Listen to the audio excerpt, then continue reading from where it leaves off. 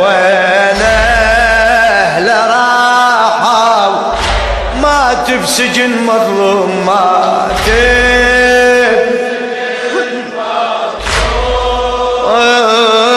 وبيا ذنب